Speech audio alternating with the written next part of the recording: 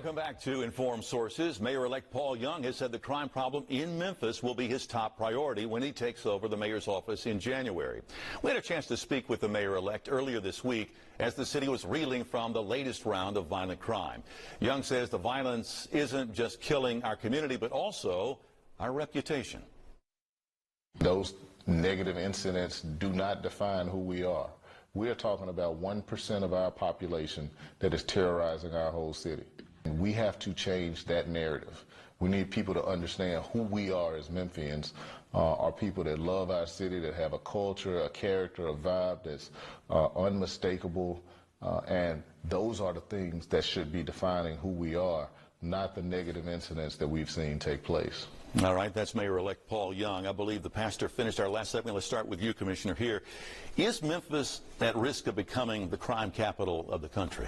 We're just about there now. Well, I think we have some competition from Detroit and St. Louis and Baltimore, I mean, but you're right. You know, when I was a kid coming up, and we were the quietest city, the cleanest city, I mean, we the tops and everything. But here's the thing.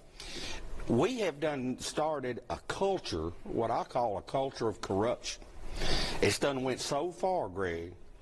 The only way you're going to get rid of this violence is with more violence. You can't pat them on the back. Oh, that kid right there, he didn't come up right. He's poor. Give him a walk. You got to have a zero tolerance on this 1% that we're talking about, because if you get their attention, you'll get everybody's attention. But they want to cuddle them. They want to baby them. They want to give them 40 chances, you know. Pastor, jump in here. You're not going to fix violence with violence. You're not going to mend a problem that has created or been created over years. We've gotten here. First thing I want to do is I want to take this burden off of our new mayor's shoulders.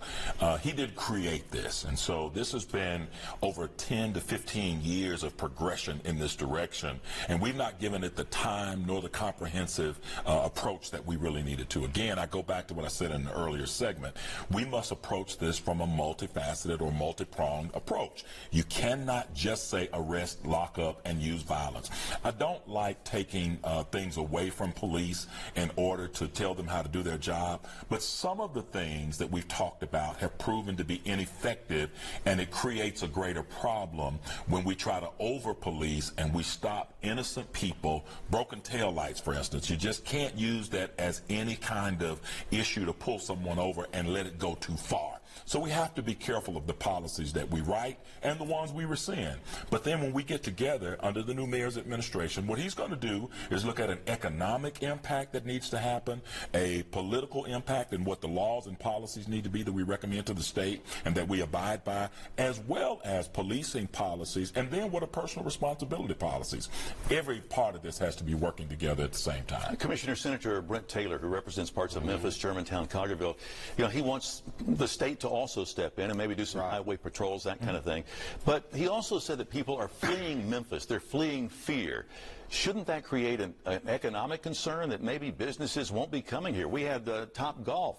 They just got here. They've already had a couple of shootings in the parking lot. Businesses will stop coming here, won't they, if we don't get a handle on this? Well, I hate to say this, but Memphis' loss is somebody else's gain. Millington, that's what I do. I'm the executive director of the Chamber of Commerce. We got 15 subdivisions going in. I mean, they're selling like hotcakes. But you also had a shooting near your high school where you lost a high school student.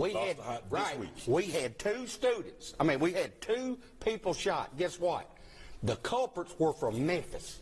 Well, neither one of them were from our town. You had shootings and you have crime. Y'all were importing them. Well, we're going to get into this y'all are importing them situation, but we're also importing your economy. You make a living off of Memphis. People in Memphis work in Memphis. So let's talk about all of them. That's what I'm trying to do, to get away from Memphis. The truth of it is that we've got to, again, quit pointing the finger and saying, here are the bad people and here are the bad guys, and we've got to come together and fix the problem. So Top Golf is going to respond. They're going to do a great job.